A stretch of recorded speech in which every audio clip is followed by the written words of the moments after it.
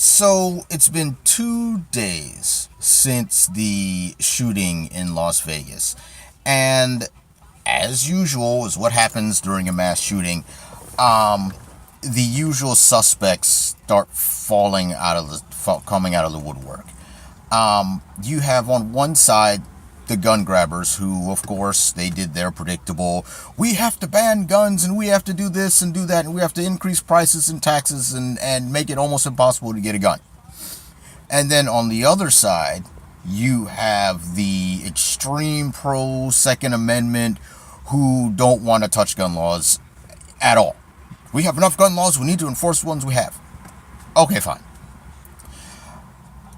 The problem is that most Americans who are in favor of the Second Amendment, they may or may not own a gun, are in favor of stricter background checks. They are in favor of a longer waiting period.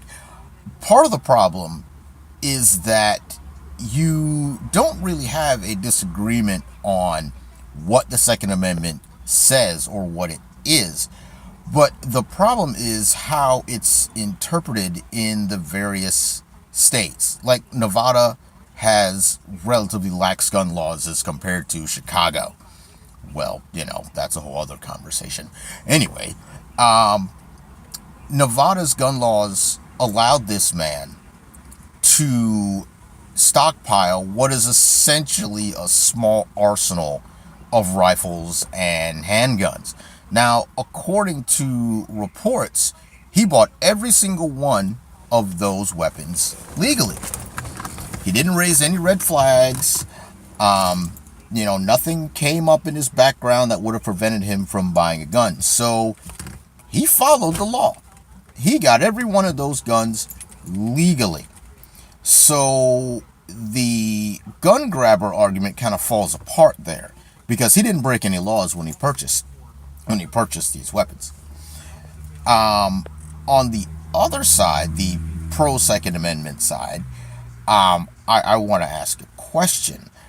Why in the world would this man be carrying 23 guns into a hotel room? Now understand that Nevada allows open carry and all this.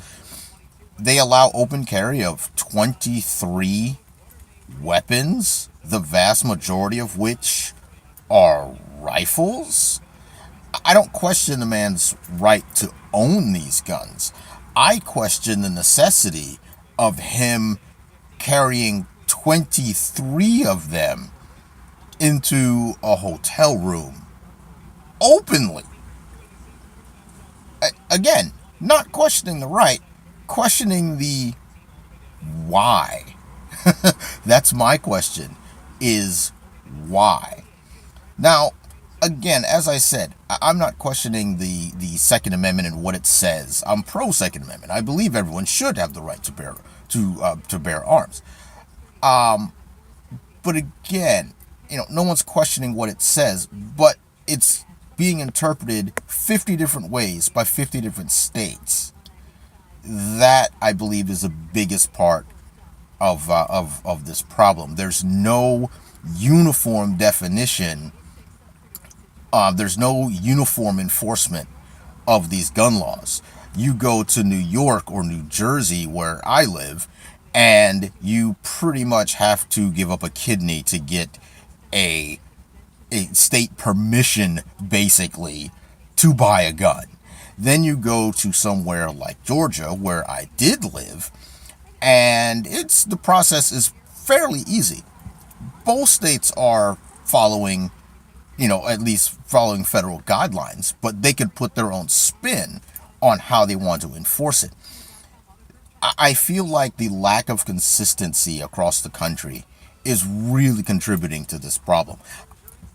If people are been clamoring to change the Second Amendment every time one of these mass shootings happens, I don't want to change the core wording of the amendment, but what I would do is have a federal standard, have a definition that of what an assault weapon is, what the restrictions are, and apply it to all 50 states.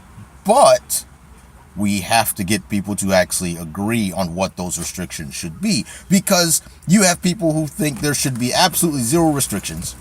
Then you have other people on the other side who think that there should be no one owning guns at any time for any reason ever. So, to wrap this up, mass shootings in the United States will continue to take place.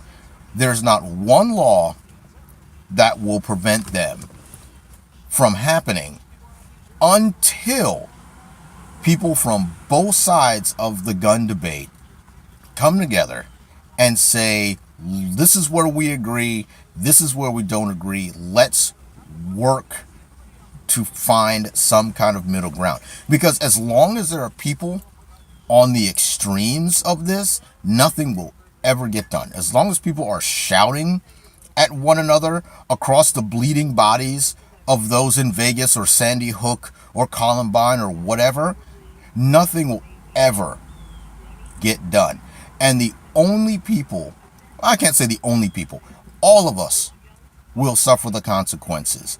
Because as long as there is no compromise on either side, maniacs like the guy in Vegas will continue to use the legal process to stockpile weapons, modify weapons, however they wish, to commit mass slaughter.